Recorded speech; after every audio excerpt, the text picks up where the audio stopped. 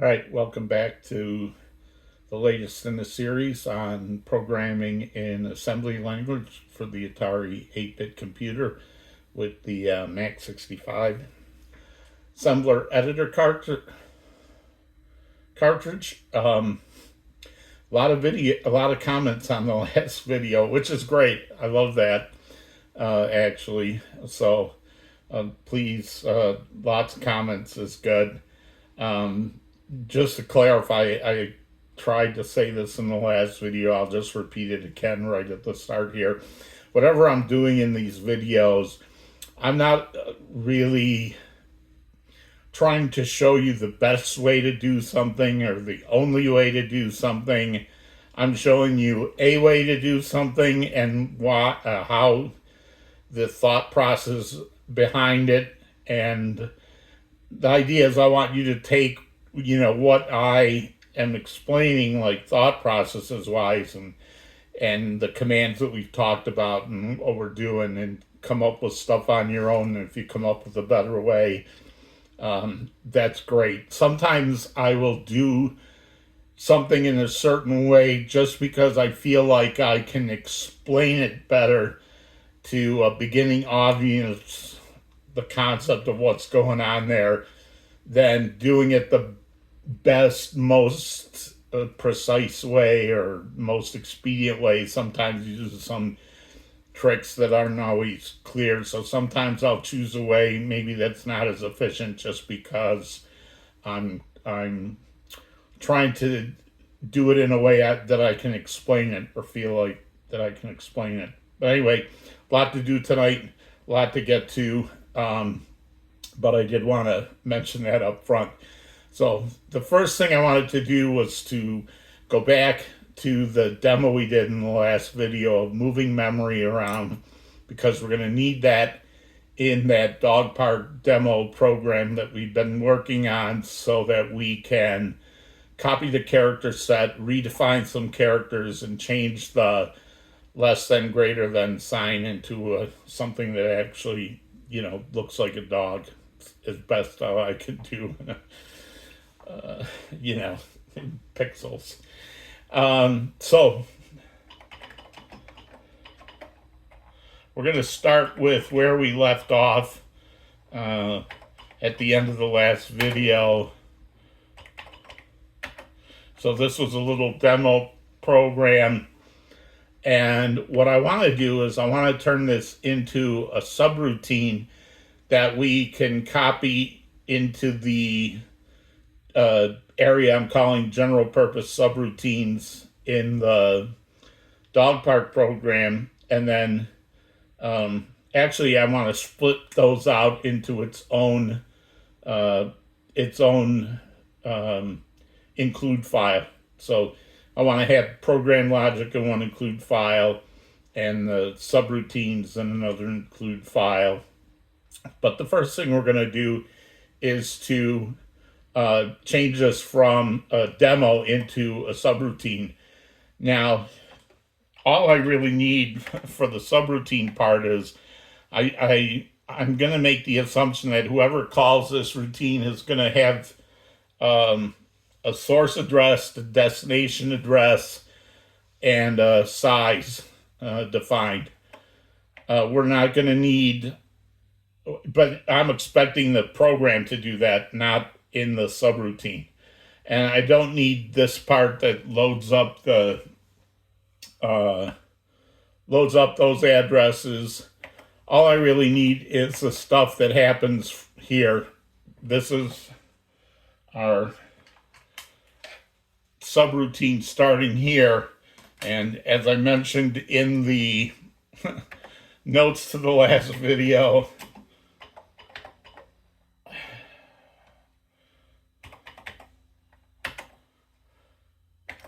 I kind of broke my own rule of having this being a 7-byte label, so I'm going to change this. And then as I posted the video and I was reviewing it, I also realized that I didn't need this line here, because what I'm doing is I'm incrementing y And as long as y is not 0, it's going to branch.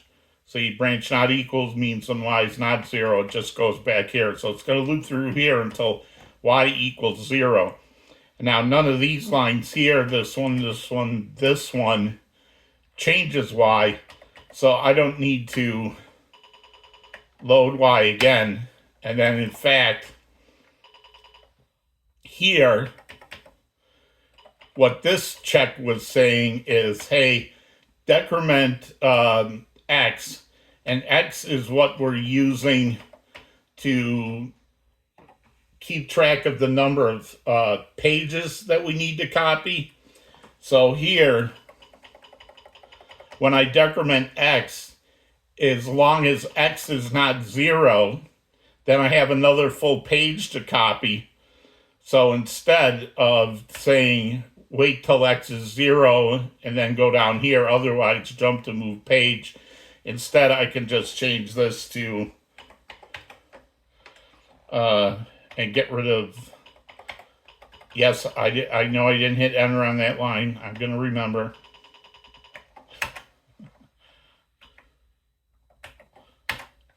So now I didn't need those two lines. I caught the one, and then Alex, pointed out this in a comment, and I think I would have got that myself when I did it, but give him the call out there. So this will still do what we're doing, remember. So now when I come down here, as long as y isn't 0, then I still have bytes. I haven't copied the whole page. When y gets to 0, it's rolled over. I've copied 255 bytes. I drop down here.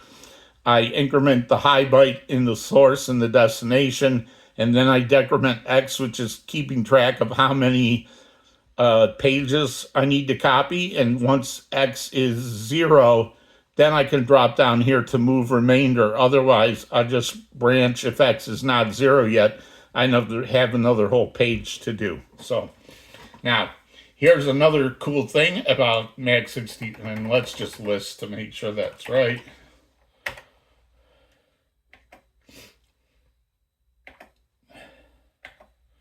So that's what I want it to look like now. So I want to show you something that I think I saw Peter mention this somewhere, not on a comment on one of my videos, but in the Atari 8-bit, or on the Atari 8-bit programming Discord channel somewhere. I think I mentioned, so I'm using the Mag65 3.6 version, which is on that 4-in-1 cartridge. I had been using this one, which is the 101, and on the Ultimate Cart, I have the 102. And I was like, I didn't see any difference so far between 3.6 and the other ones, but there is one about 3.6 that is different from those other two versions, and that's this. If you load in a program like I did, and then I just hit save, and I don't type out the whole thing, the 3.6 version will make that change for me. So now if I do this,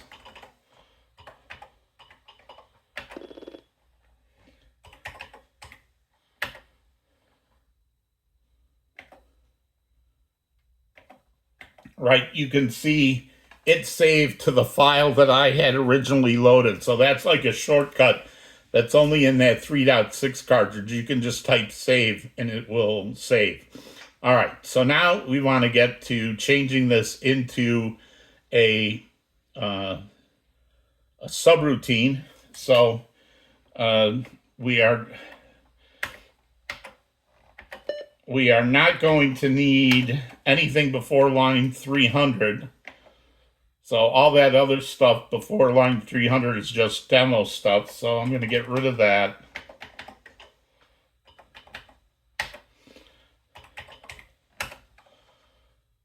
So that's just my move subroutine. It's all good. So now I could save this, but I'm going to renumber this because I'm going to merge it into that other code with the other general subroutines. So I'm going to just renumber this from 7,000 for now. And then I'm not going to hit, Now I want to have this with a different name, not the same name, so I'm going to type it out. So move 4 was my demo, but I didn't have any just plain move, so I'm just going to put that in, save move 65. All right, so the next thing I want to do is I want to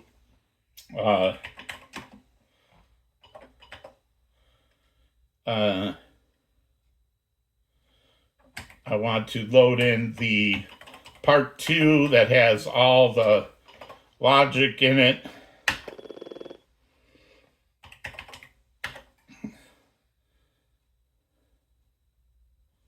And what I want to do is move that subroutine stuff out into its own include file. So that starts at 1420 to 1650. So I'm going to list that out.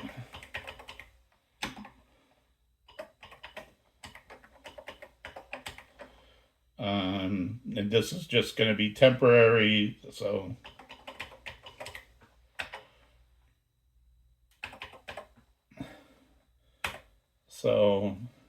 I say 1410 to 1650.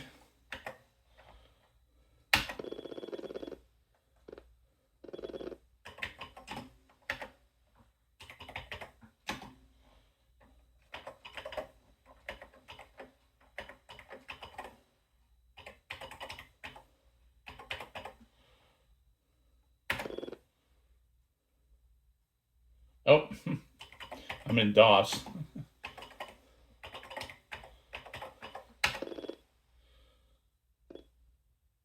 Oh, I didn't want 1410, so, but we'll take care of that in a minute. 1410 is actually the routine to return to subroutine from one of the other, from check exit, so I don't want this. So what I want to do now is basically get rid of, from this program, I want to get rid of 1430 to 1650.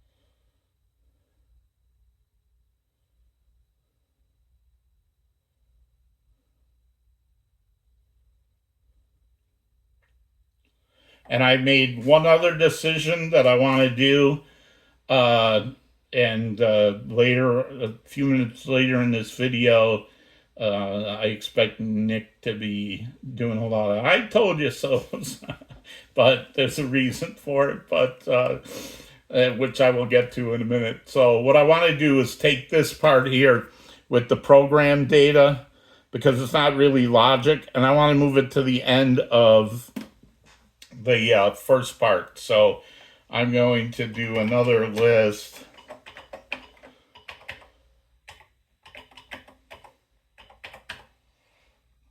And that's going to be 1660 to 1710.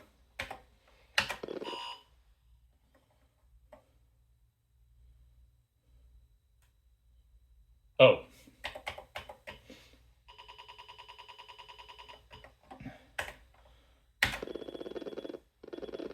And then we're going to delete that.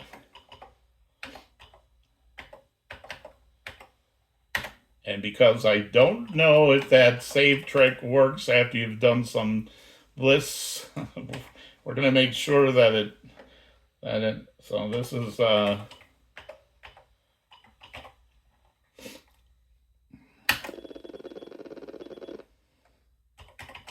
and make this is what I want. So I got the setup logic here. I've got the check move logic. I've got the draw the characters, check for the exit, and the delay logic. That's all here. All right. So, and I've just saved this. So now I'm going to get rid of this. And I'm going to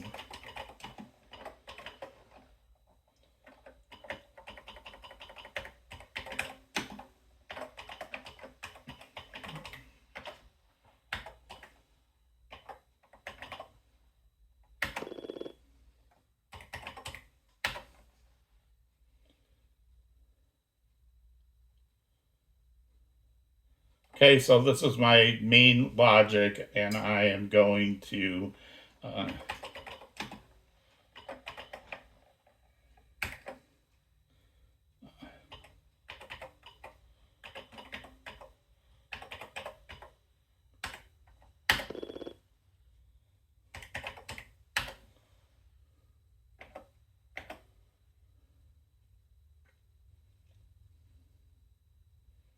okay, that's what I want. Again, and actually,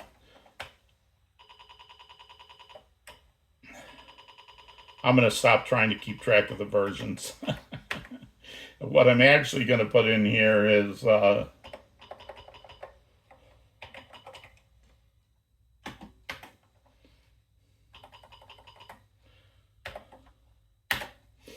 right, so we got that.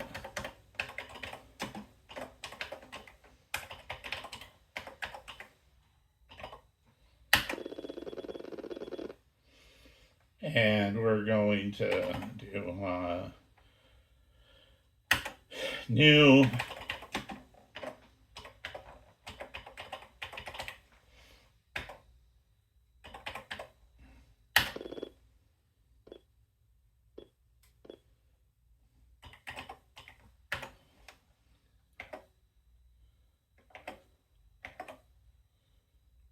All right, so my subroutines right now just include the set color and the plot character. And here's another trick I think I might have mentioned, or another shortcut that I might have mentioned, is you don't always have to use enter and list to merge files together. So here, this is that subroutine version. As long as I do the N, I can merge two Max65 files. I just have to make sure that the line numbers don't overlap. That's why I renumbered that to 7,000. So, oh, because I forgot.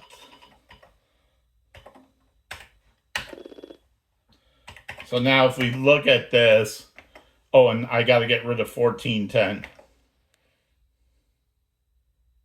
So you can see it has moved in our subroutine here. So I'm just going to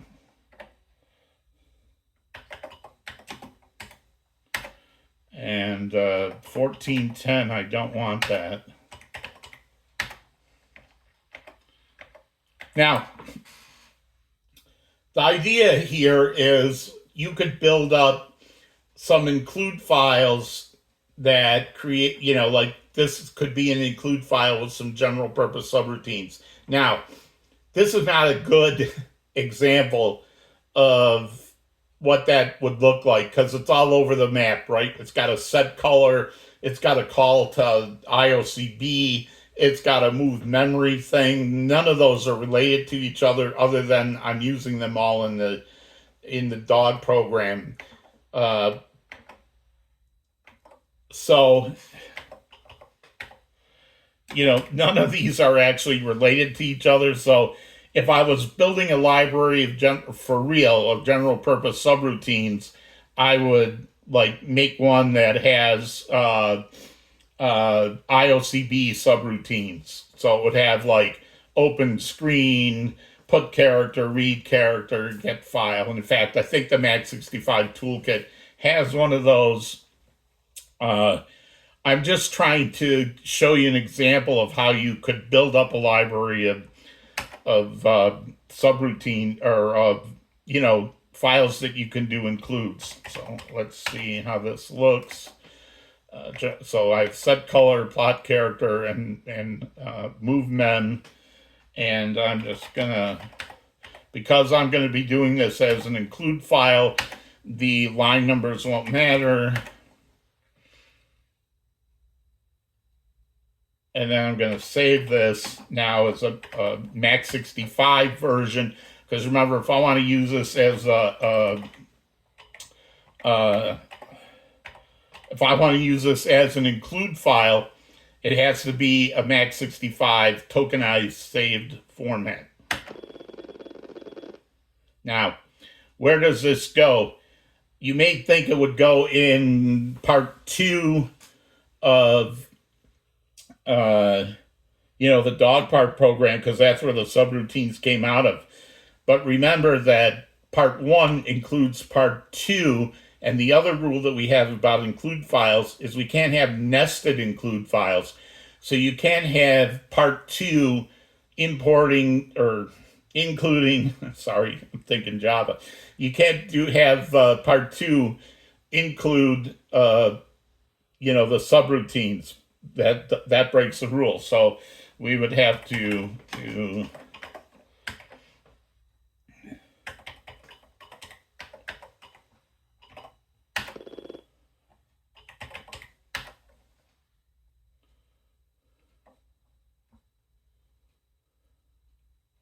and down here, right, and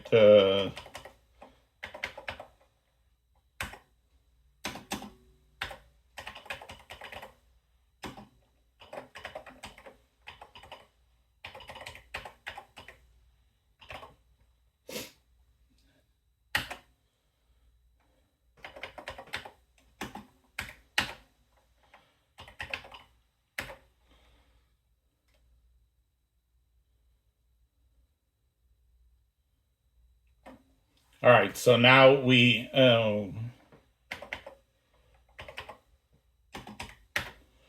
anyway, so now we have to do it this way. You can have as many includes as you want, but I couldn't have this include this.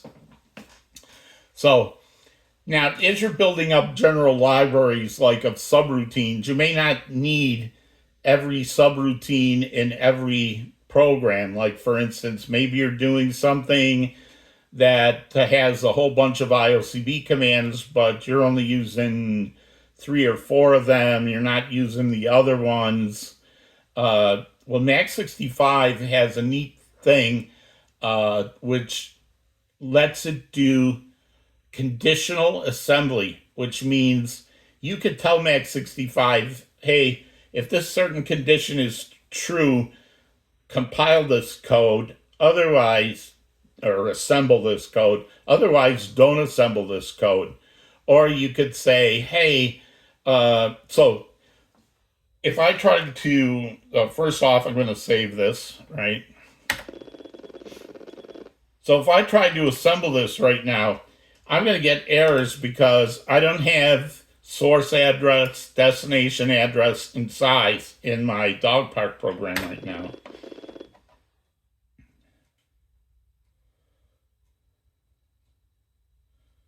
So first it's going to do the main logic. It includes the part 2, that all will work good. It will then include the subroutines.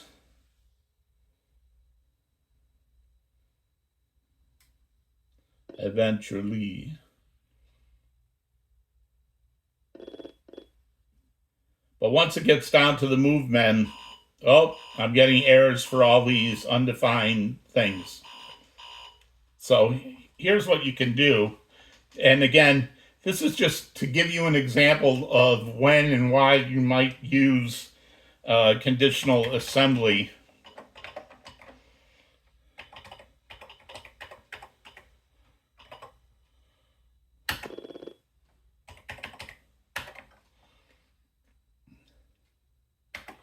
Is I can say at, say, line 342, line 342, not, I can use a Mac65 directive, compiler directive. It says if def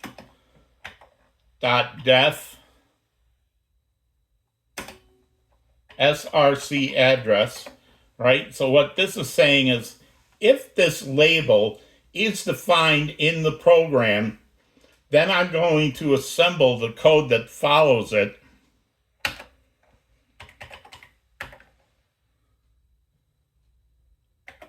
So you can see it added it here. It says, hey, if this label is defined, then assemble this code. And then at 585, I would put the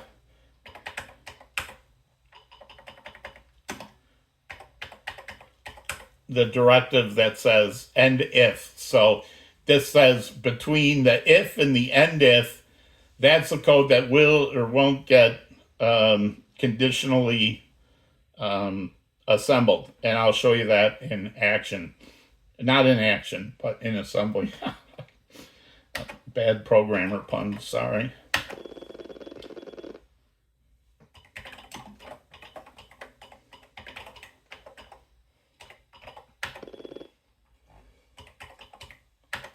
Just make sure this has.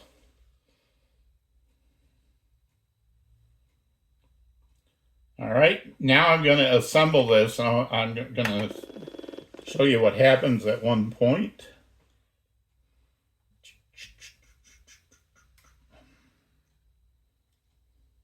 So you can see as we're assembling code, right? This is the code this is the address, and this is the code that's going into memory at those addresses, or the bytes that are going into the memory at that address as this assembles.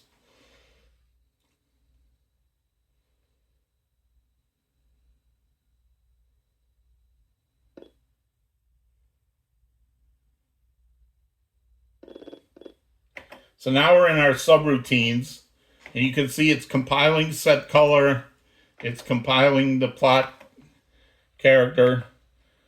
But now you can see here, 4166, that's the last assembled code for that. None of this generates any assembly code here because of that conditional assembly. And then it picks up here and starts assembling. So now I get a clean compile. And I can actually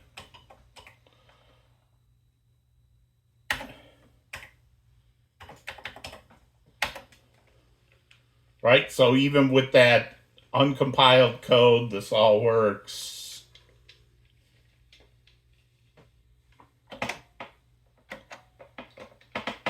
Looks like I broke my check exit. Did I take out to return to subroutine? Oh, nice. I guess I messed up check exit.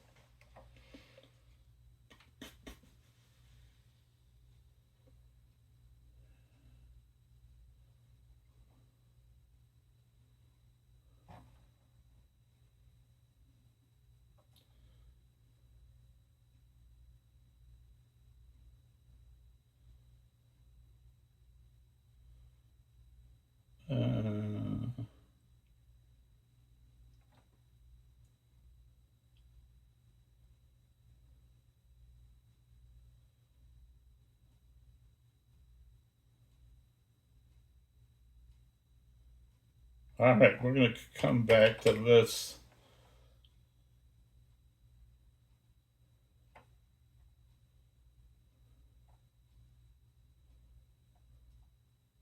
So I know loop is working.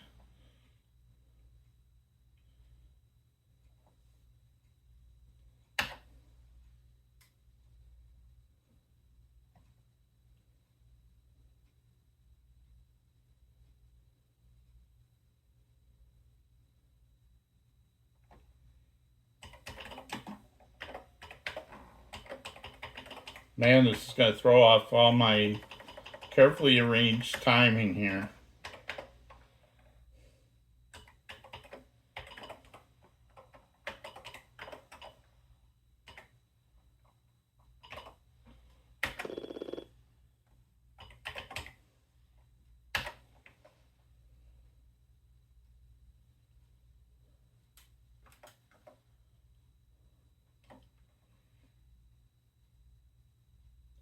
Jump to check exit.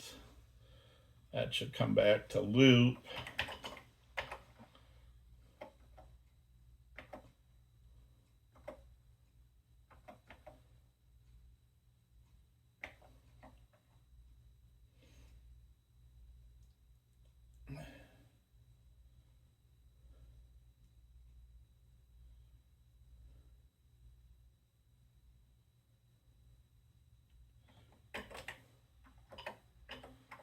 Well, I'm going to try it one more time and then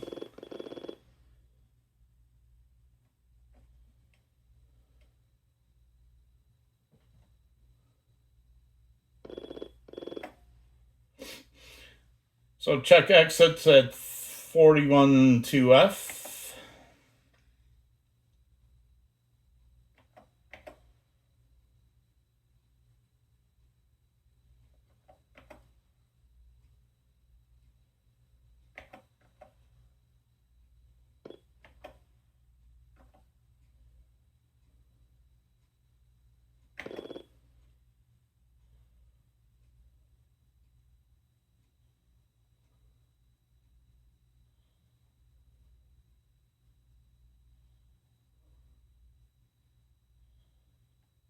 Yep, 412F.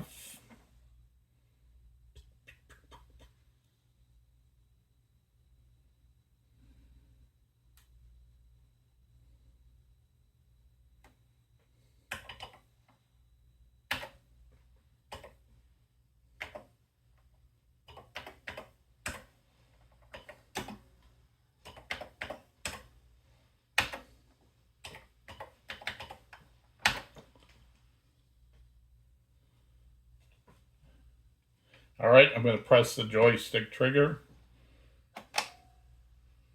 So that sets the 0 flag.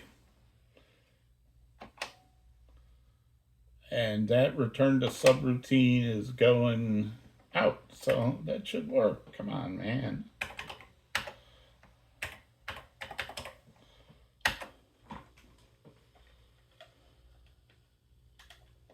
Oh, there, it did work. Huh.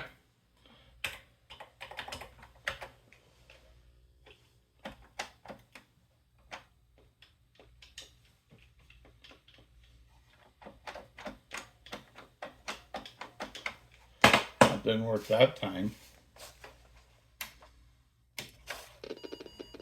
All right, we'll come back and debug that later. It's not going to affect most of what we're doing here. The important part is I wanted to show the conditional assembly. You can also, in fact, let's do this.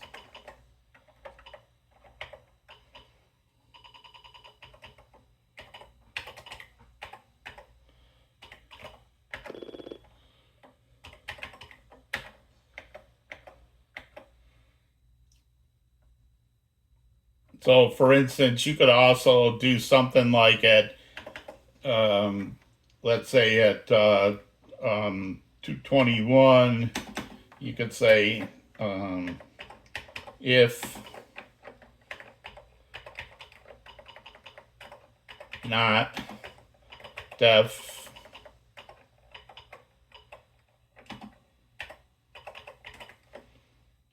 ICOM 222. So in case somebody forgot to set the defines,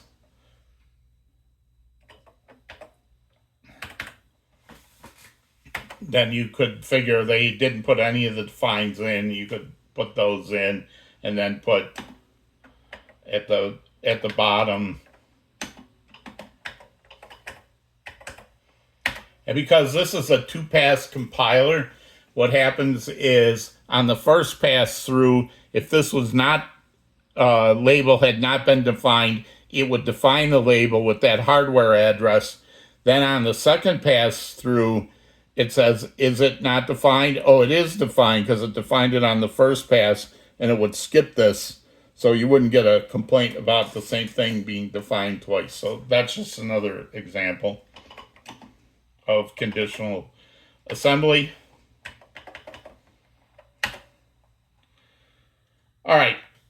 I talked some in the last video about where Max65 is using zero-page addresses. And I kind of decided that D4 to FF in zero-page was safe because most of the time it was the floating point registers, and in fact we used the source address and destination address and stored them in zero-page. So what I have found out after some experimentation is this. Now with the range from D4 to FF, that's 44 bytes. So that is 44 bytes of variables that we could store in zero-page, which all, makes things faster. And if you remember from the last video, what we did for that was at like so like at 255, we set the program counter to D4 and then defined all these variables into zero-page. And then we got rid of the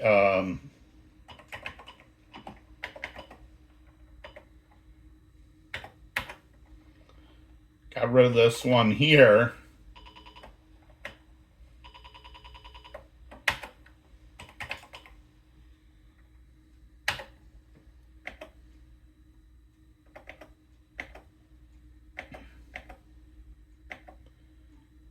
And then what we would do at like 600, after we'd done all our defines, we could reset the program counter to 4,000. But there is a problem with doing that, which I learned. So while Max65 will let you use D4 through FF for variables, it will not let you use them for constants. If you do an assembly, so like if I try to assemble this right now,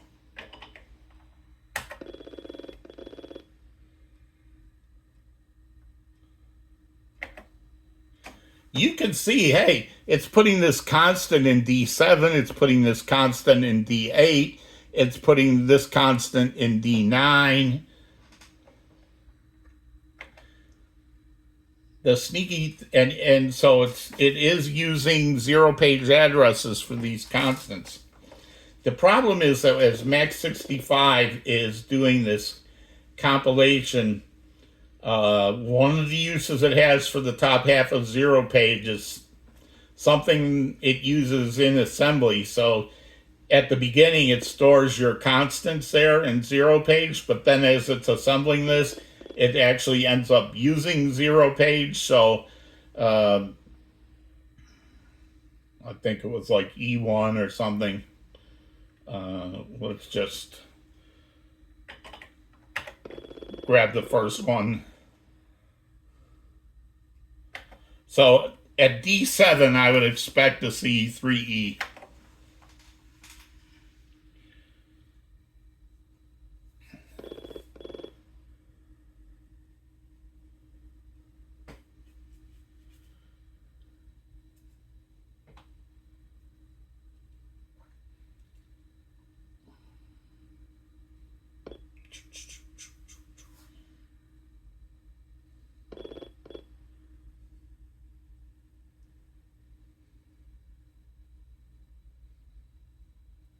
Once assembly is done, Mac65 doesn't get involved in those upper bytes in zero page. So if I go to DDT, right, and I go look at D7 and I expect to see 3E there, it is not 3E, and D8 does not have and D9 does not have 20. So it will wipe out any constants you try to put in zero page.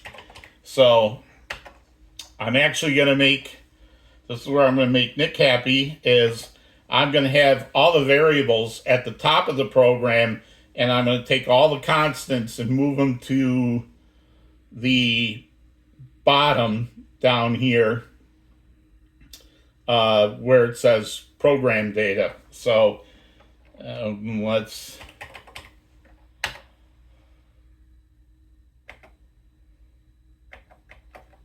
I'm going to do these a few at a time.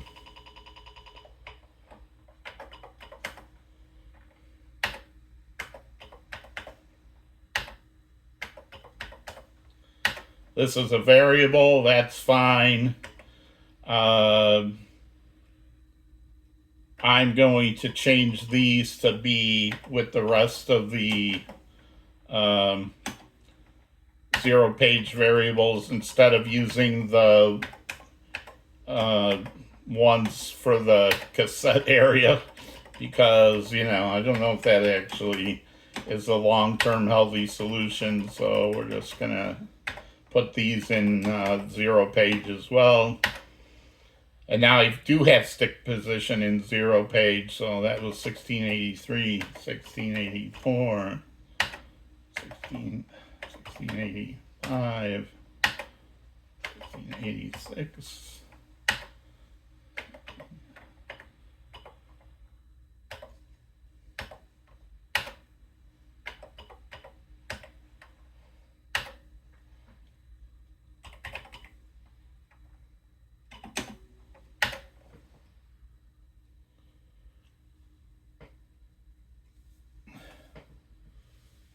So we're moving all these down here to the bottom, and we have a couple more. We're going to change this to 1695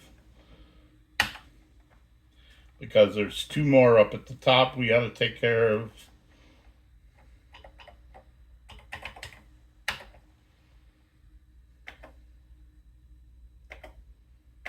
So first thing, we're going to get rid of those.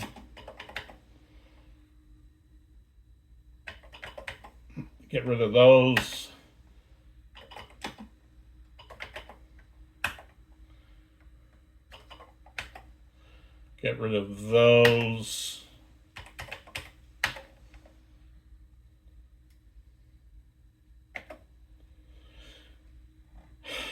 And these are the last two we got to get moved.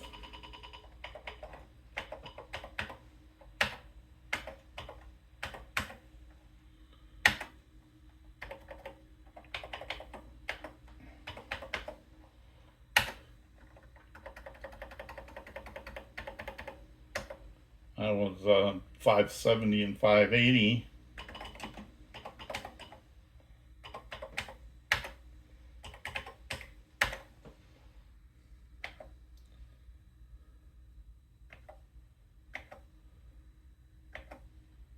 So we're going to have our equates and our variables at the top of the program. Then we have our main logic. We're going to have our two includes, and then we're going to put all our constants down here. And now the program's always going to start at memory location 4000, and that's how we're going to work it. All right. So let's save that.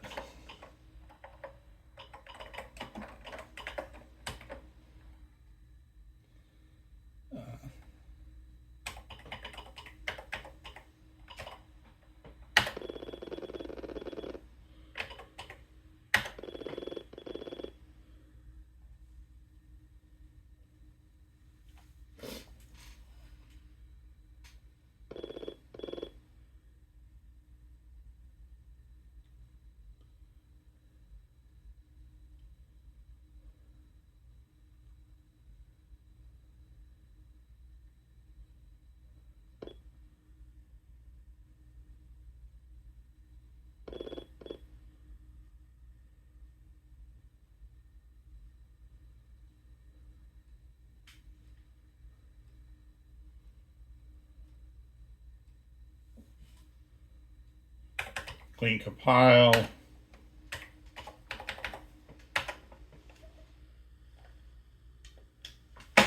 And it's working there, so that's good. All right, so that's how it's going to be from now on. Equates at the top, variables at the top, and constants at the bottom, along with some data. So that's how I'm gonna do it from now on. That way, I can put as many variables as I want near the top, and let's renumber this to get some room in here.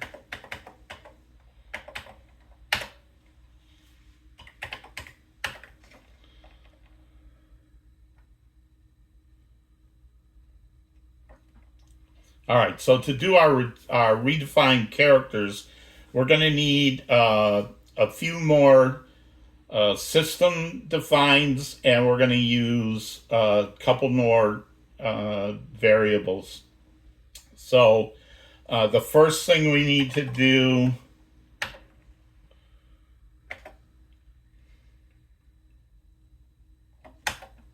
is add our source address, right? Oh, nope, that's a variable. So I need that down here at 292 or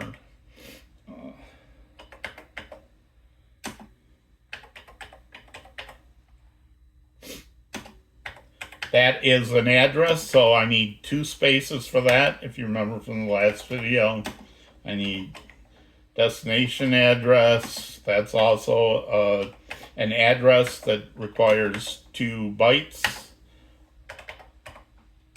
And size.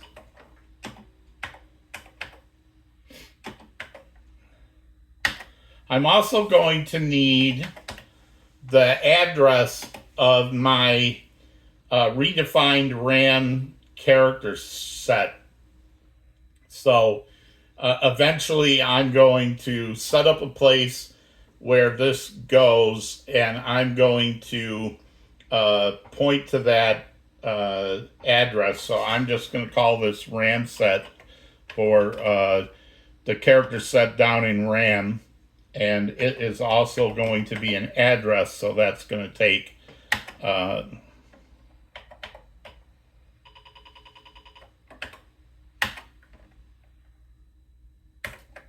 that's also going to take that. We're going to need a couple more system equates. The first one is going to be called CHBAS. This is out of the Mapping the Atari. It's a 1-byte pointer to a page where the computer can find the definition of what the characters look like on the screen. Basically, this is going to be it only takes the high byte, so this is going to take the high byte of our variable RAM set at some point. But when it starts out, it's at so to get the computer to look at our set of characters instead of the ones in the computer, we're going to need to change the value at this location, which is I'll be consistent here, 2F4. And the next one I'm going to use, I'm going to stop and talk about this for a minute, is called MEMTOP. Now, if you look in Mapping the Atari, there are actually 2 versions of MEMTOP. One is the top of the basic program area. So if you're writing a program in BASIC, it ends somewhere in memory. And the one MEMTOP, I'm not even going to tell you the location because there's no bearing on anything we do, points to the end of BASIC, the top of BASIC. It's kind of like the, I'll show you in a second what it's kind of like. The other MEMTOP is at 2E5. It is going to be, so CH base only is 1 byte. This is going to be a 2-byte address. There is another one called RAMTOP at 6A. And I'm going to show you the difference between RAMTOP and MEMTOP. You can use either one to do, like, to reserve space in memory. You can do it the MEMTOP way, you can do it the RAMTOP way. I like the MEMTOP way. I see a lot of people that use the RAMTOP way. I'm going to explain the difference between the two and what you have to look out for depending on which one you choose. I'm going to show MEMTOP here. If you want to try RAMTOP, I will give you enough information that you'll be able to check it out. So when I do the Max65 size command, right? So right now, this is low mem. This is where the end of what Max65 is using. So if this was basic instead of Max65, this would be MEMTOP for the basic, right? This would be the other MEMTOP.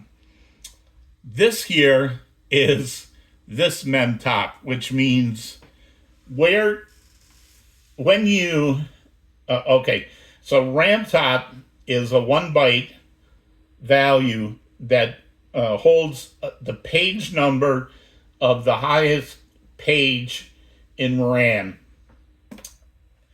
MEMTOP, so when your computer sets up a graphics screen and a display list, it writes the graphic, it puts screen memory and the display list underneath RAMTOP. So this value is MEMTOP, and it goes up to RAMTOP, and that is the screen memory plus the display list is between those two values. So you see this right now. When I have Max65 using a graphic 0 screen, this is 9C1F. First, I want to make sure I save this.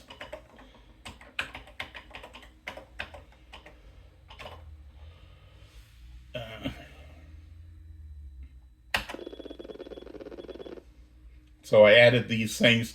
Now, when I do the assemble, I now have source address defined. This label is defined. So the move memory routine that was not assembling before, when I do assemble, you should see it assemble this time.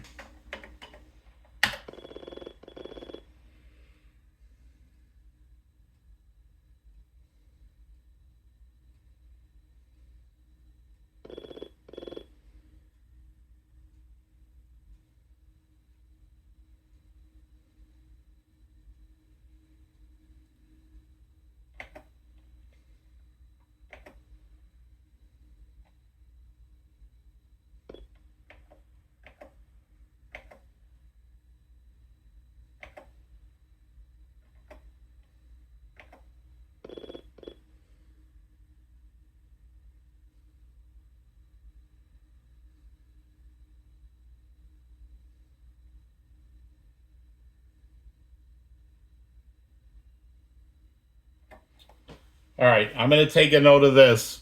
Set color is at 4121. But remember, in fact, let's go to DDT before I run the program I just assembled. And if I look at memory location A6, or 6A, which is RAMTOP, it is A0. That means the highest location of all RAM on this computer is at A000, because this only has the high byte. This 00 is actually not related to the 6A, though it looks like it, but this is, RAMTOP is A00A. Now, if I go look at 2E5, right, which is MEMTOP, you see this is what Max65 tells us when we do the size command, 9C1F. That's where it's at. So we're going to set up a breakpoint at set color. And the reason I'm setting it there is I call set color routine the first time after I've already set up the graphics 1 screen. by calling that graphics 1 open screen with graphics 1. So I'm going to set a breakpoint there. I'm going to run the program. And if I go look at the screen right now, it's black because I've changed to graphics 1, but I have not changed the color of the screen to green yet. So we're at that point in the program. Now, if I go look at 6A, which is RAMTOP, that's still the same. That's A0. That pretty much will not change, on your computer. But now if I look at 2E5, which is MEMTOP, it's 9D5F. Now, 9D5F is actually, I'm going to write that down, 9D5F. That says, underneath RAMTOP, how much memory is being used by a graphics 1 screen memory plus a graphics 1 display list. So if I come out here and I do the size and I say, hey, 9C1F, and then I look at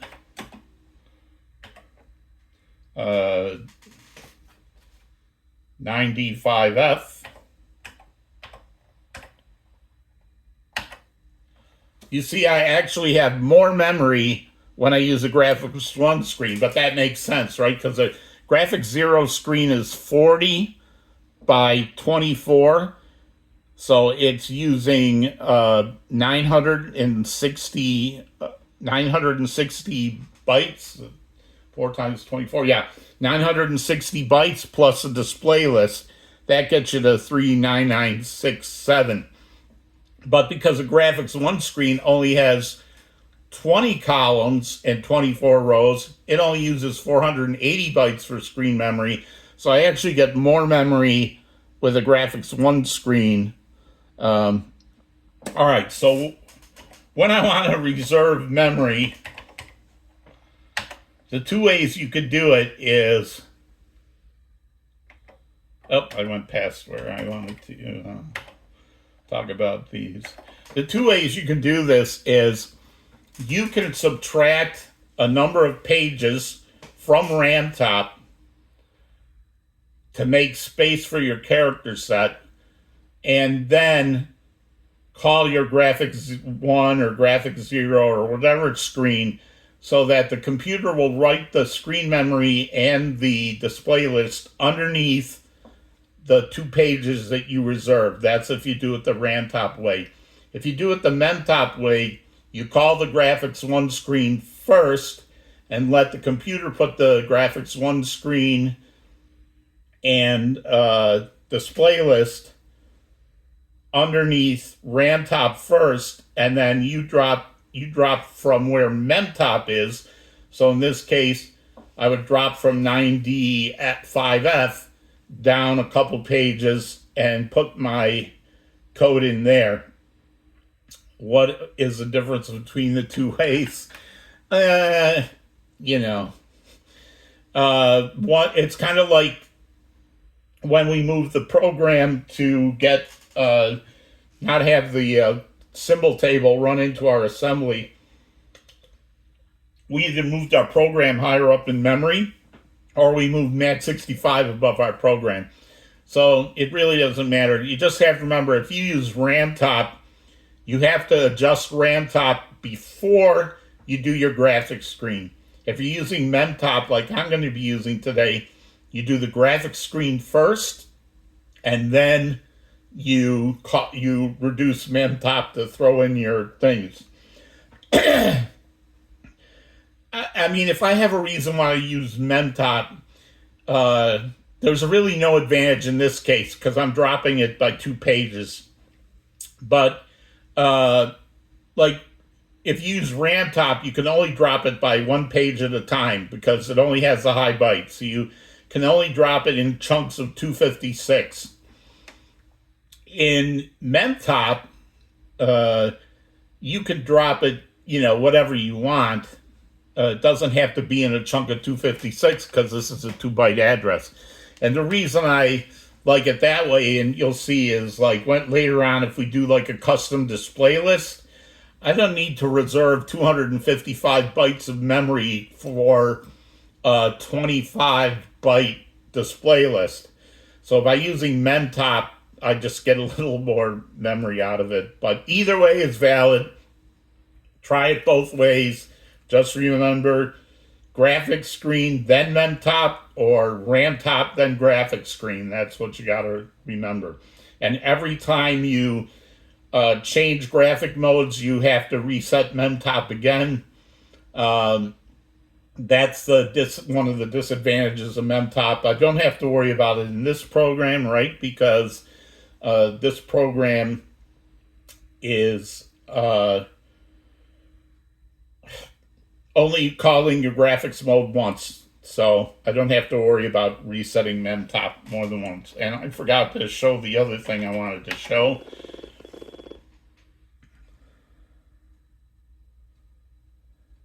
Or maybe I did and I just forgot I showed it, but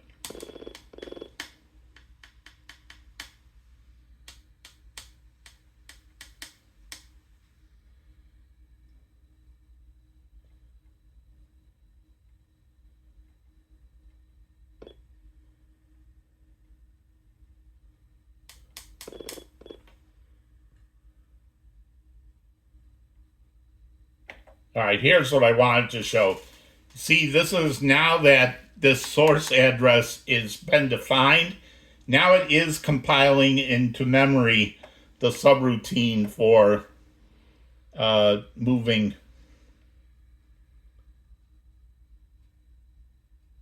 So it does assemble that move mem. You can see it here. Move mem is now in memory. These were not here before. All right, so next thing we're going to talk about is character sets. So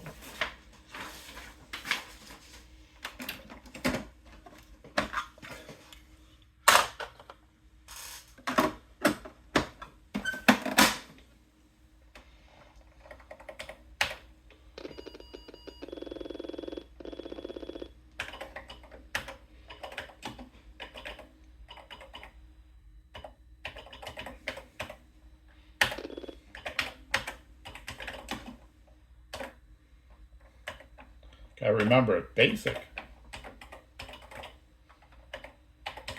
Now there are like a million font editing programs out there. This one from Analog Issue 16, I don't know, I've been using it for close to 40 years now, over 40 years, so.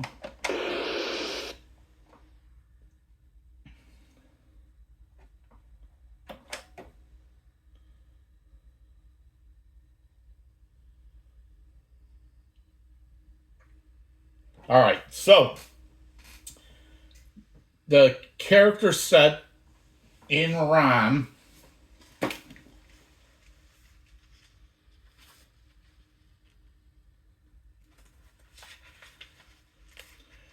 there are actually two character sets. There is the ATASCII character set, and there is the internal screen memory character set.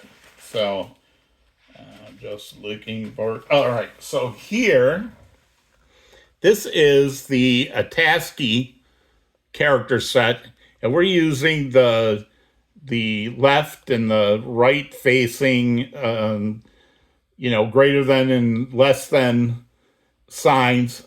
And in our program, there's 62, right? 3C and 3E. That's what we have in there.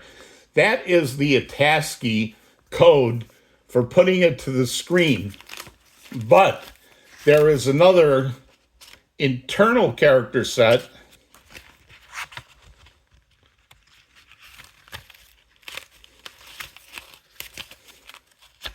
I'll find it.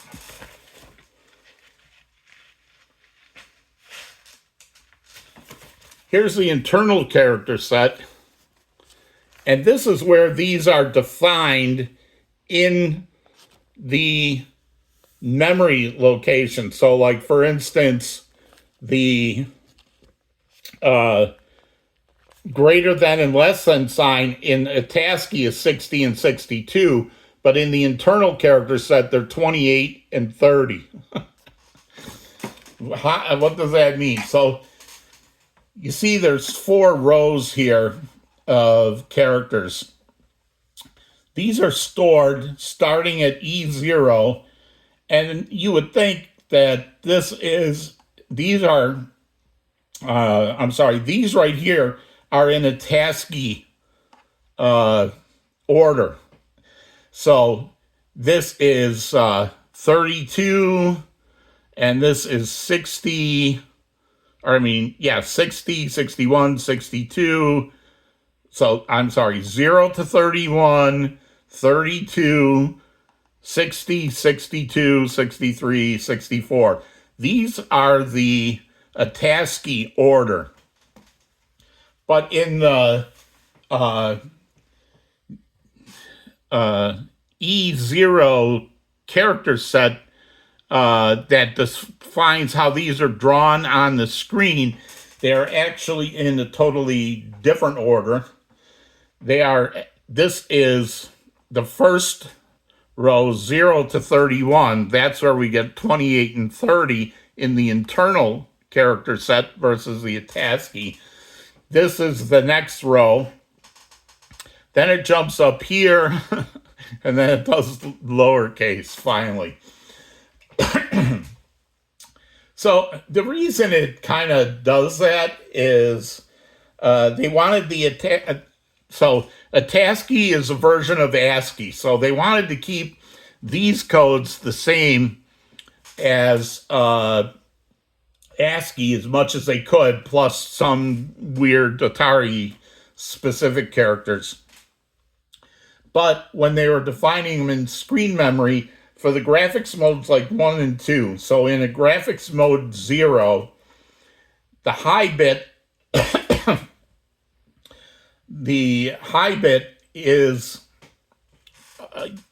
used to determine whether it's inverse or regular. That leaves 7 bits, which can go up to 127, so 0 to 127. So a graphics 0 character set could theoretically display all these characters, and the high bit says whether it's inverse or regular. And what that means is, not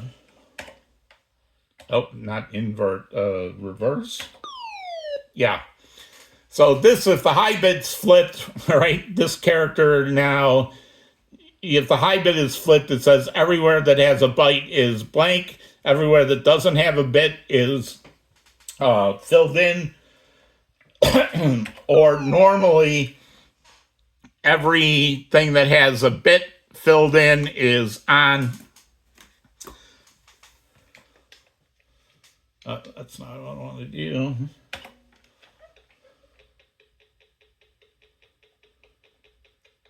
But in graphics mode 1, 2 bits are used to determine the 4 colors that you can get in graphics mode 1 and graphics mode 2. By using 2 bits, that only leaves the bottom 6 bits to tell you where in this set that you can go. And that 6 bits is 0 to 64. So in graphics mode 1 and 2, you can only display half of these at a time, unless you do some other thing. And what Atari said was, internally, it makes more sense for us to keep the punctuation and numbers and uppercase together. So internally, we're going to start here with the blank and go to here. And then the control characters and the lowercase in graphics mode 1 and 2 are not as important. We'll put those at the end. So what they do is they say, E0, I'm going to start here with punctuation, numbers, and uppercase. in graphics 1, that's E0 and E1. This would be at E200, and this would be at E300. So that's why in our program, you will see that when I'm plotting on the screen, I'm using the ATASCII version 60 and 62, but when I'm redefining the character set, I'm indexing into this, and I need 28 and 30, because in graphics 1, I'm only going to get 64 of the characters, not 128, because the top 2 bits are reserved for doing the colors. Got that?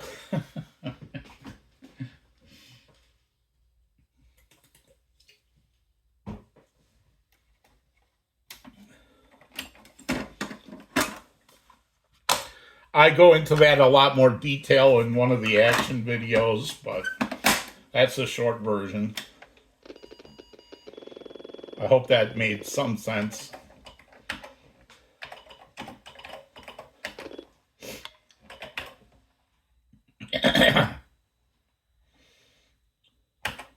So anyway, here is my dog that I wrote on graph paper, and there's 2 ways to, I actually made it in the creative font, but then I dumped out the thing on graph paper to show you what the dog is going to look like. So each character that's drawn on the screen here is a stack of 8 bytes, one on top of each other, with some of the bits turned on and other bits turned off, and that makes letters that you see, or in this case, it makes a dog, right? And if I want to get the decimal value for each row of drawing this picture, it's, 1, 2, 4, 8, 16, 32, 64, 128. I add up the number for each. So this is 8, this is 4 and 2 is 6, this is all of them, it's 255, and so on, right? 124, 100. So when you see these numbers, then you can also, if you want the hex version, you can draw the line straight down the middle, and this is 8421, and this is 8421, and then you can do each hex number by 1. So this is 1, 0 in hex. This is 4 and 2, 6, 0 in hex. This is F, 15 and 15 is FF. This is 2 and 1 is 3, and this is 12, which is, or 14, which is E, and so on. So in a minute, we're going to add these shapes. I just wanted to show you where I got these hex values and decimal values from.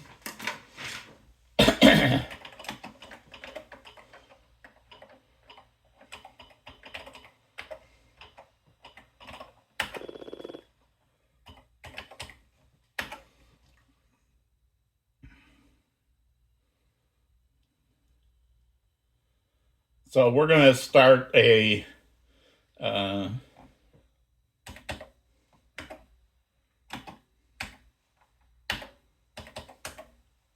we're going to define a new. We're going to put the dog shapes in an array of bytes. So I'm going to take these bytes here, and I'm going to take these bytes here, and I'm going to stick them essentially in an area in memory. And I'm just going to call this dog shapes. All right.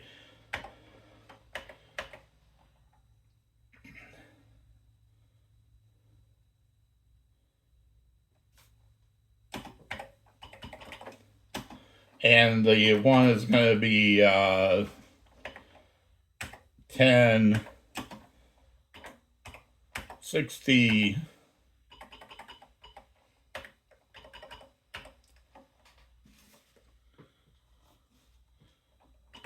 FF, 3E, 26,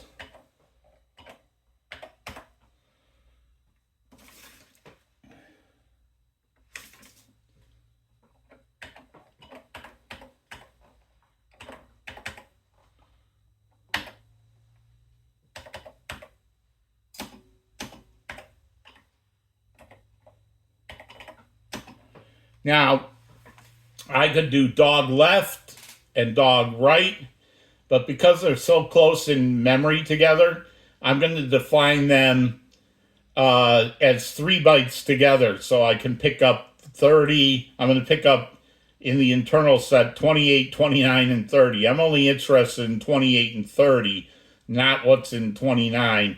So I can just stick 8 zeros in there.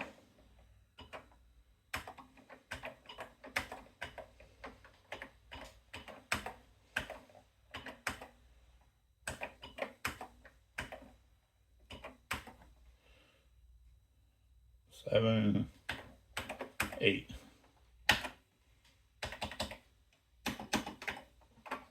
And then this would be the dog facing to the right is 8.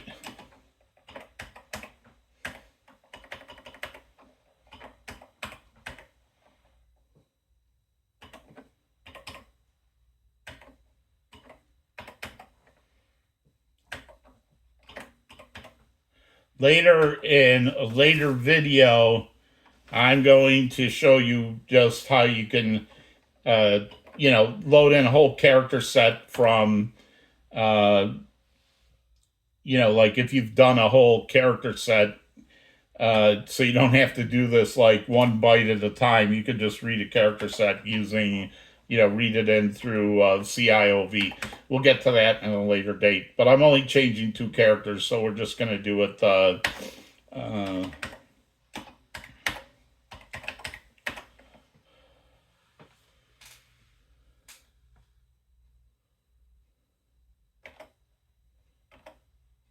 So essentially what this is going to be, here is the 8 bytes that's going to go into location 28 in the internal set. This is just a filler space for 29, and then this is going to go into 30, and I'm just double checking 1060 FF 3E 2625 49 0 86 FF 7C, not 0, 64 A4 92. So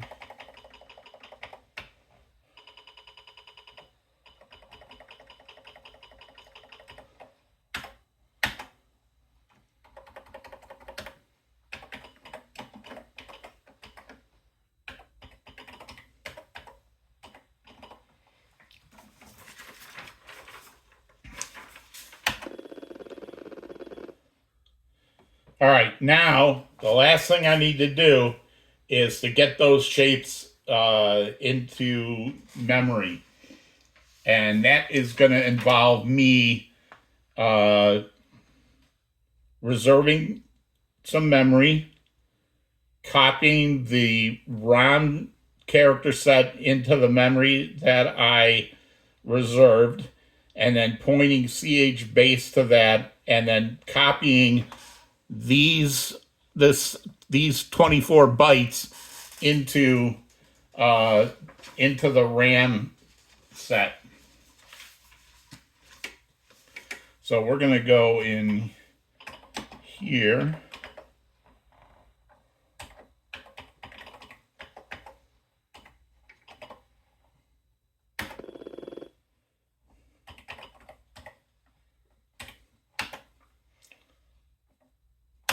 And if you remember, I want to do this after I've opened the graphics 1 screen. If I'm using MEMTOP, I want to use this after I open the graphics 1 screen. And it doesn't matter if I do the set colors before or after, but I'm going to copy the character set before I do anything else. Now, I'm not going to try and jam all that code in 9 lines. So what I'm going to do is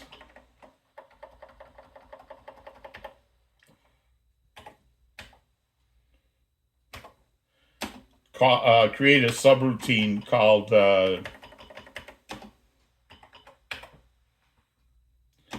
set char to set the character set up.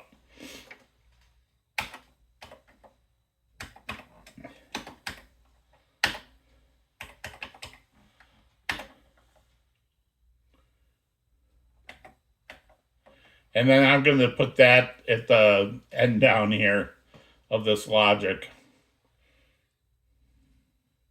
So we'll just start at 1500. And then I'm just going to stick this at the end so it can right in between, you know, I just want to put the subroutine. If you ever saw me doing my action programs, I would always put the return at the end of the procedure and then write the procedure in between the call and the thing. So, all right. So here's where we're going to start. We're going to use MEMTOP. So I want to get the current high byte of MEMTOP.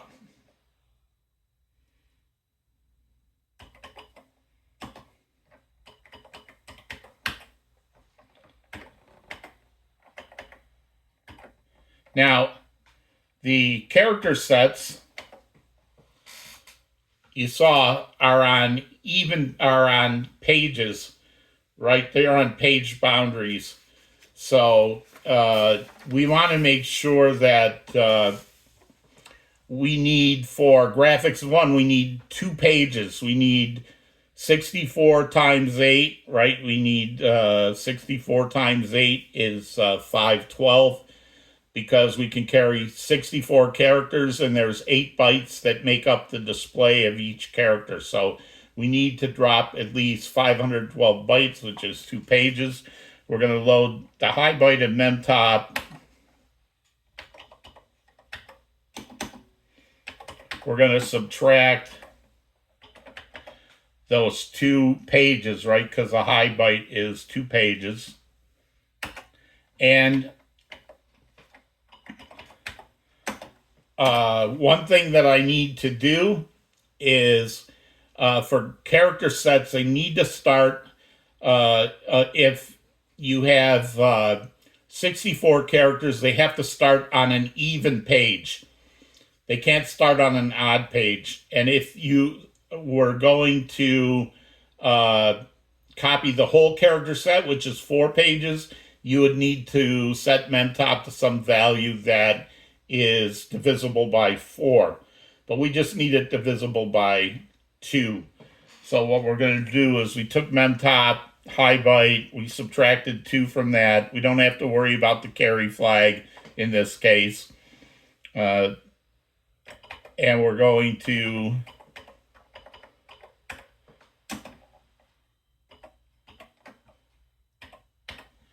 so what this does is it takes the high byte and it, if you remember, this is a mask, right? So FF is the top 4 bits are all set, and the E, 3 of the 4 bits are set. The 8, the 4, the 2 are set, and the 1 bit is not set. So by masking out the bottom bit to 0, that makes this page size divisible by 2.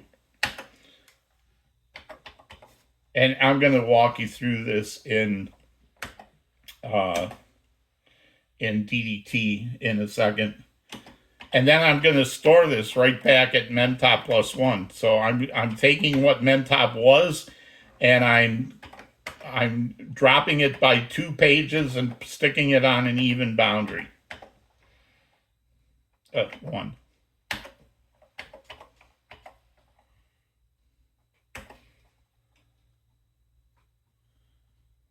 And that's also where my RAM set is going to be.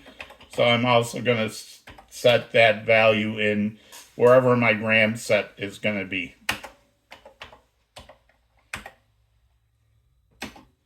Now I want it to be on an even page, so I'm going to load the accumulator with 0 and set the bottom byte in MEMTOP to 0, so it's on an even, it's on a page, and we know it's an even page, and then also at RAM set.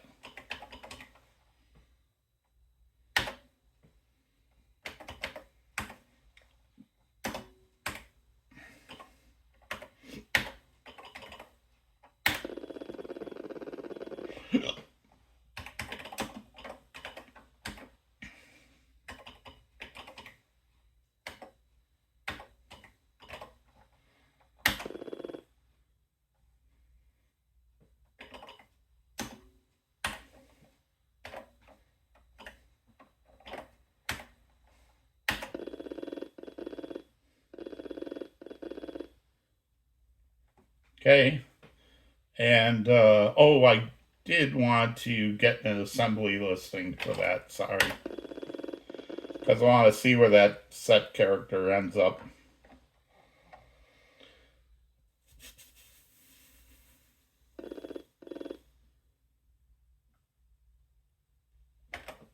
Set character is going to be at 4124.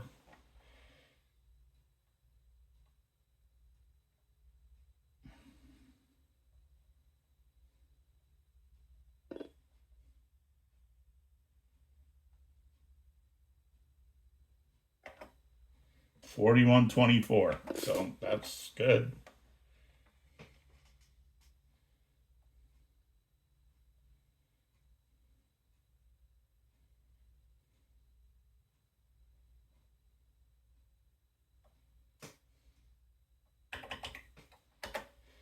Again, this is like testing, right? 4124.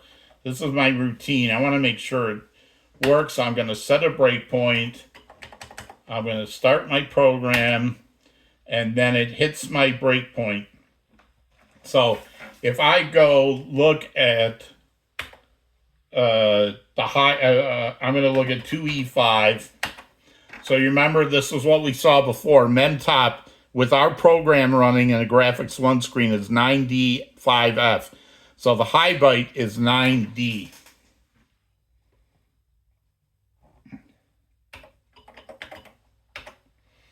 So if I step through this, I'm going to expect 9D to go in here.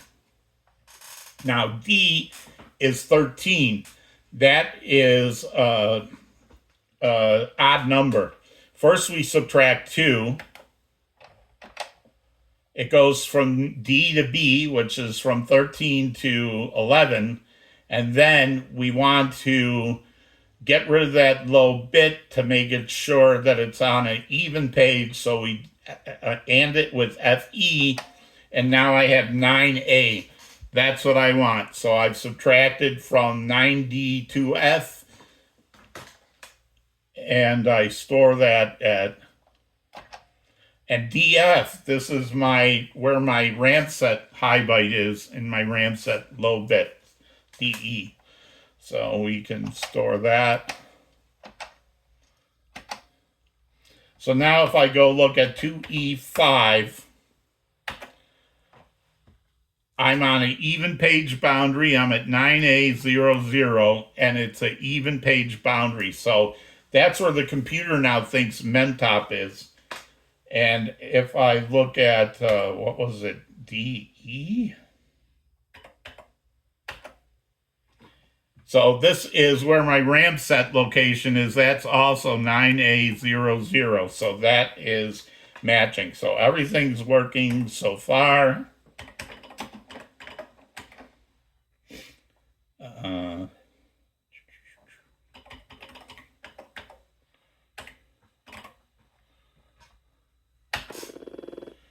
This may be my first 2-hour video, but I'm determined to get that dog on the screen tonight.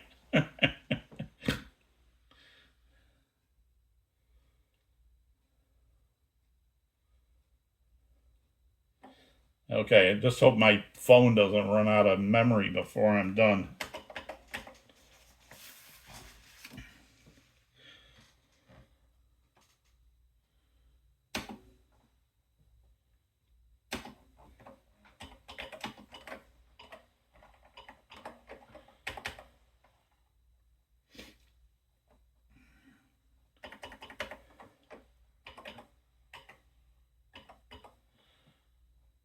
Now, technically, I just put a value in RAM set what was in the accumulator, so I don't really need to do this load, but I'm doing it just to make this cleaner to read.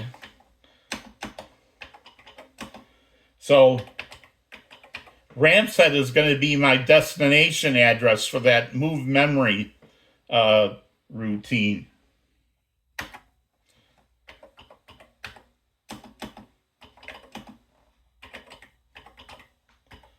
This is the high byte.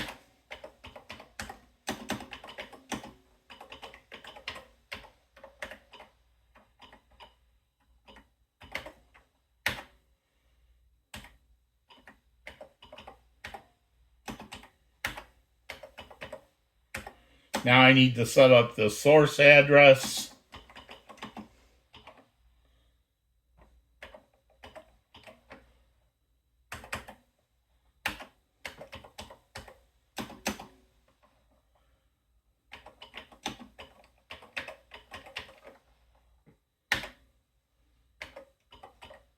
I remember this is coming from the computer's ROM character set.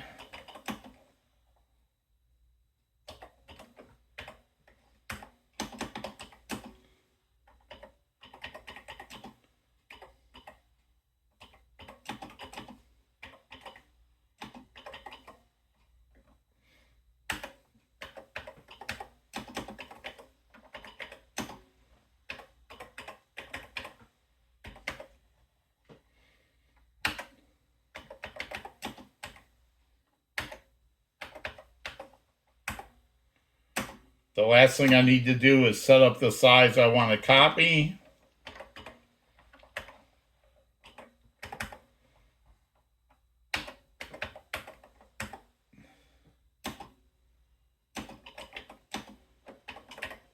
Again, I'm copying 2 pages.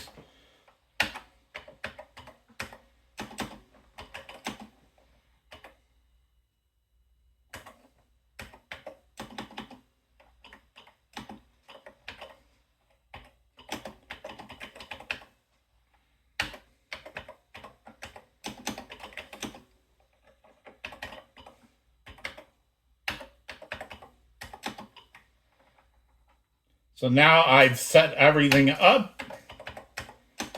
I can call my new subroutine. That's going to copy the ROM set into the area that I reserved underneath MEMTOP.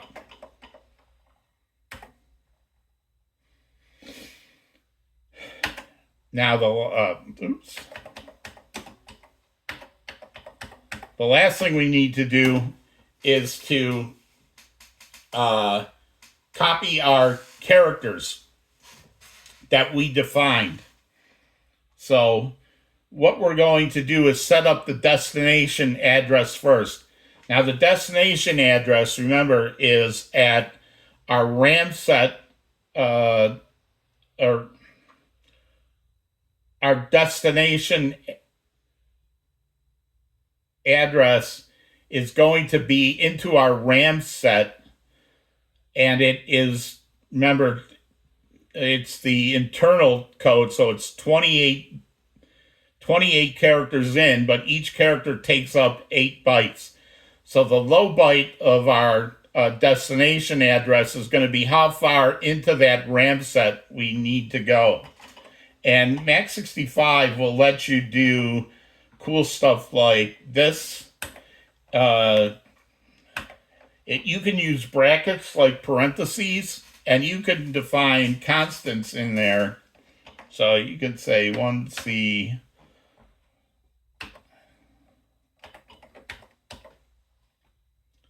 Oh, I want to be careful there.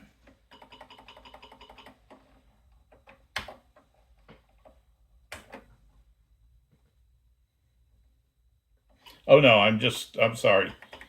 I'm doing a math. I do want it to be just, I'm doing math here. Sorry.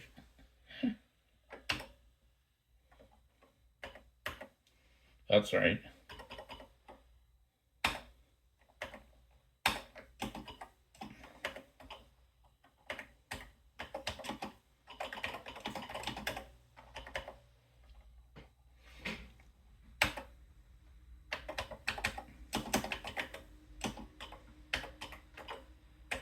This is in the low byte.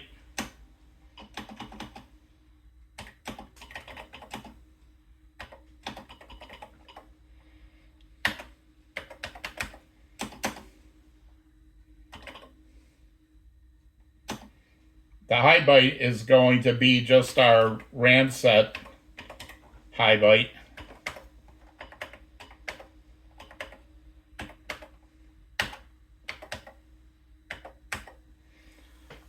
So remember, our high byte is 9A. So this is going to be 9A plus whatever 8 times 28 turns out to be.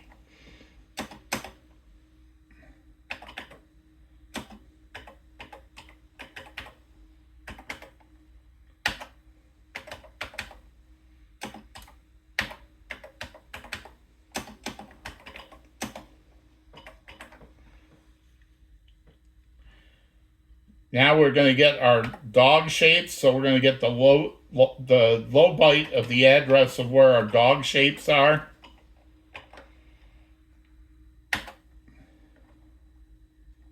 Oh.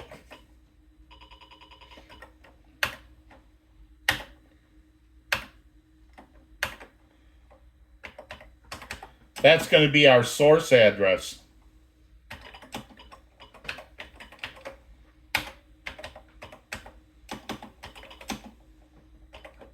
This is the high byte of where our dog shapes are located in memory.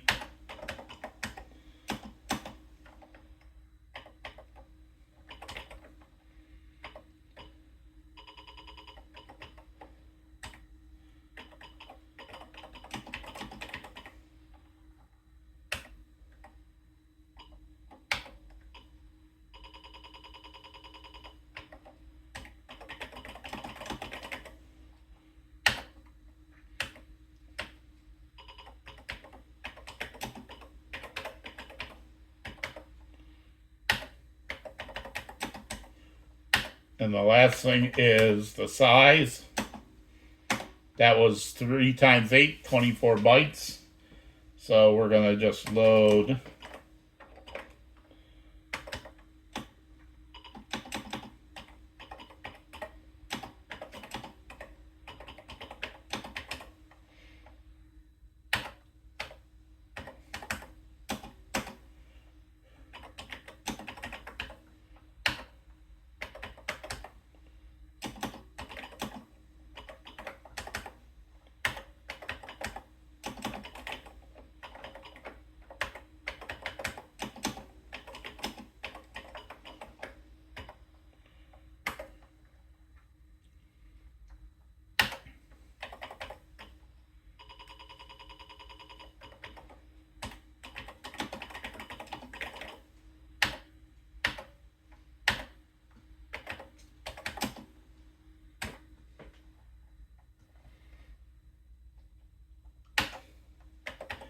Again, now we're going to call our move memory routine that we wrote. And the last thing we need to do before we get out of here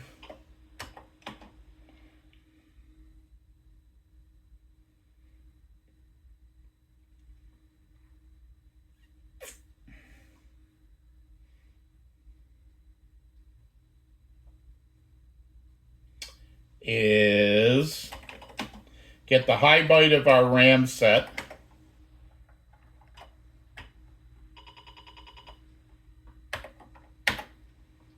And stick that in CH base, which is that address that tells the computer where can I find the data to define what the character looks like, and it only takes 1 byte, the high byte.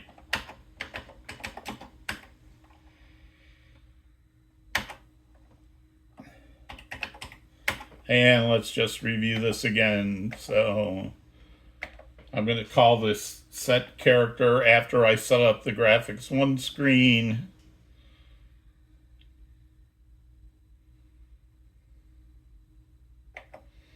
I'm going to get the high byte of MEMTOP, subtract 2 from it, make sure it's on an even page, and store it right back in there. Also store it in RAM set.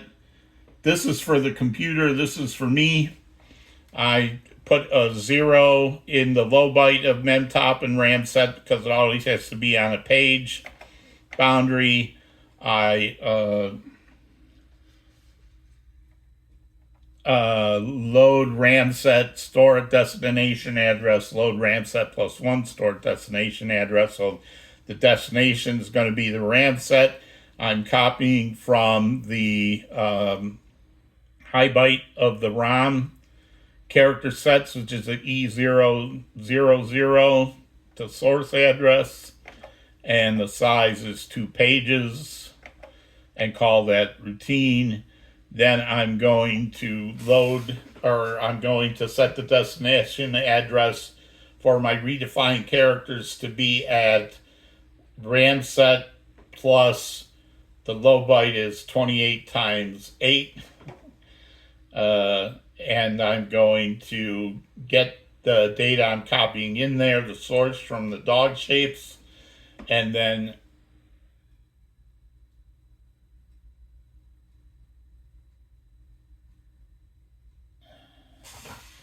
I am missing. Oh, how did I get rid of that stuff? See, that's why I typed list here.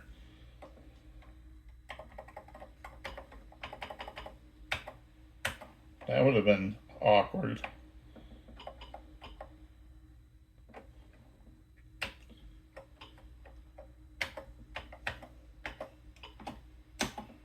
I want to copy what happened to size.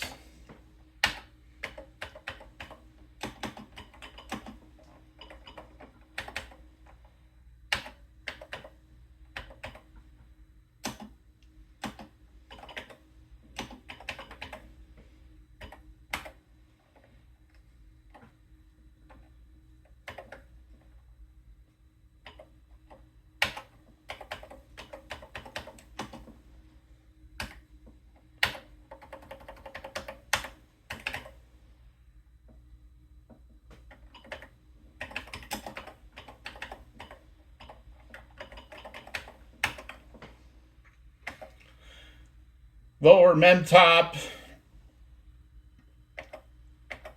copy the ROM set into the RAM set for 2 pages, jump to the subroutine. That looks better.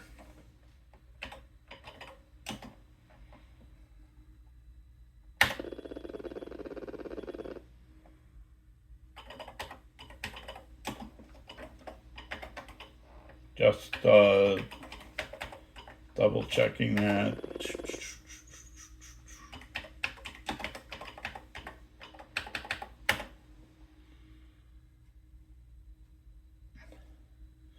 All right, let's see if all that testing in the previous video paid off. We're going to load. You know what? I'm going to, I just want to make sure memory's clean.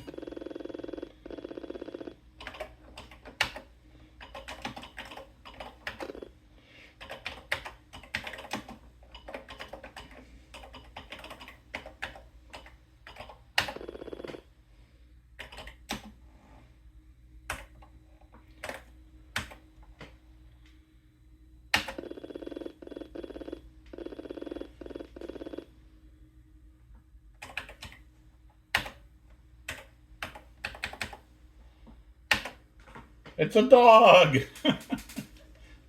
It's a dog that moves around on the screen. Yay! All right. I was determined to get that in this video. I'm sorry it's the longest video I've done yet, but hey, this is where we're at now. So, all right, let's see. We talked about the 3.x save feature that's not in 1.0 and 1.2. We converted our move memory demo from last time into a subroutine. We broke out our subroutines. We used a bunch of 0 page for our variables, but we had to move our constants to the end of the program. I talked about conditional assembly and why you would want to use it or how it can help safeguard things. I talked about how to use MEMTOP versus RAMTOP, and we did an example of that, and we redefined the characters, and we talked about how the character sets are stored in ATASCII and internally. And phew, that's a lot of stuff in, sorry, 100 minutes, but that's a lot of stuff there. A lot of stuff to cover. Thank you. Bye.